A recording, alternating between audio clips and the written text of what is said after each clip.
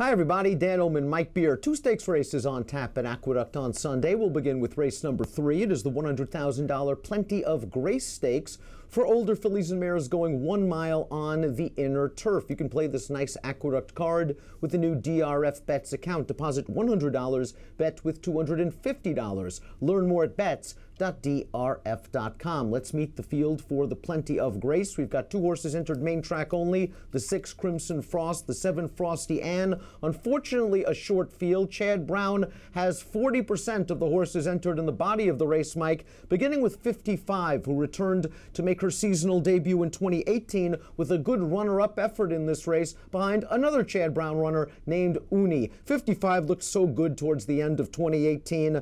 That Ticonderoga score was very good. Yeah, Chad, he needs a race to bring his older fillies and mares back in New York. So I guess this is it, the Plenty of Grace. It always has a 5-horse field, and he's always well represented with 2, just very logical horses. I don't know. I like every race this horse has run pretty much. Then it's funny if you go back through her card all the way back to the beginning. She's run 16 times. Where's the bad one? She has shown up in every single one of her starts, and she does fine in open company, even though she's a New York bred. She had a great year last year. And I, as a matter of fact, thought she ran really well in this race last year, even though she was second to Uni. I don't know. She makes a lot of sense to me. Graded stakes winner already. Basically, a little less than 2 lengths away from being perfect last year on the board in each and every one of her starts. She is way the horse to beat. How do you rate Chad's other horse, Thais? You really don't want to put too much stock in the Breeders' Cup filly and mare turf. She was simply overmatched and she didn't have a great trip that day. But I'm not sure that 99 buyer in the Beverly D is really representative of her true effort. She got loose on an easy lead. I think a lot of the other jockeys thought that she was merely a rabbit, and yes, she stayed on gamely, but she still wasn't going to win that race. And then you've got a mediocre Perfect Sting, and then a nice effort off the layoff in Optional Claiming Company. What's her race? Yeah, I don't know. Maybe she's more this kind of horse, either a high-level allowance horse or a listed stakes kind of horse. Maybe this is the right race for her. The thing I like most about her, I don't think she's as good a horse as 55 is, but she does have a little bit of tactical speed. I mean, she doesn't need to be on the lead, but she'll be close in a short field. You probably don't want to be too far away. Maybe that's what gets 55 beat.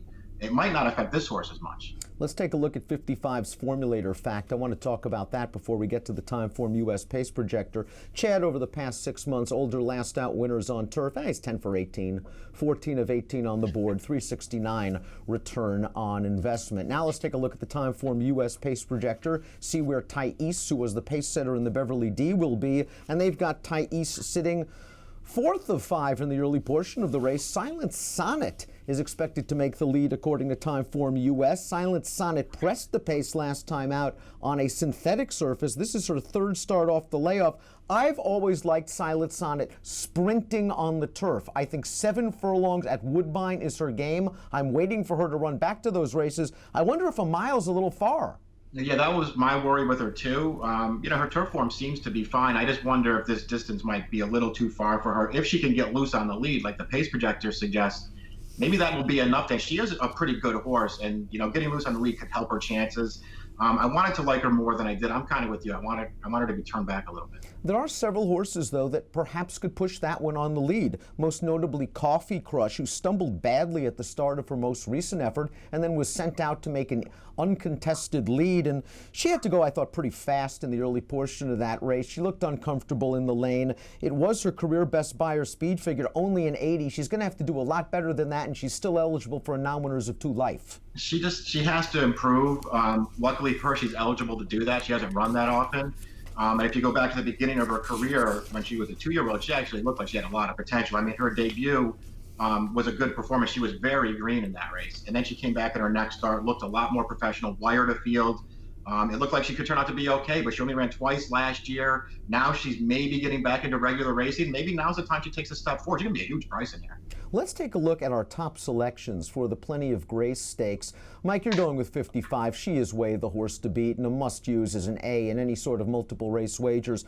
I want Conquest Hard Candy to find her speed. She used to have it for trainer Jimmy Ryerson when she ran third in this race last year. She was no match for 55, let's be honest. 55 ran right by her turning into the stretch. But I think for Antonio Sano, with some racing this year, she's done some good things. Arguably best in the South Beach. I had her being blind switched on the far turn, having to alter course to the outside turning into the stretch. She got beat a half length. The Endeavor was a good effort. Last time was not a very good effort, but she's got the recency on 55. I want Dylan Davis to be aggressive. I want her to send. I want her to control the pace. She's done it in the past. That's what they should do. I don't know why they've decided that they don't want to lead with her anymore, but they have certainly decided that, because when you look at her recent races in Florida, it's not like she doesn't have any speed. They're just not trying to make the lead with her. In a 5-horse field going a mile at Aqueduct, they should be trying to make the lead with her. She should be a decent price in here, but for me, it's 2-1. You like 55. Is 55 a single in the early pick 5? I don't know if I would single her, because you know that it's just a starting off point and she will be last early, but I do think she's just better than these horses. She gets most of my play in here.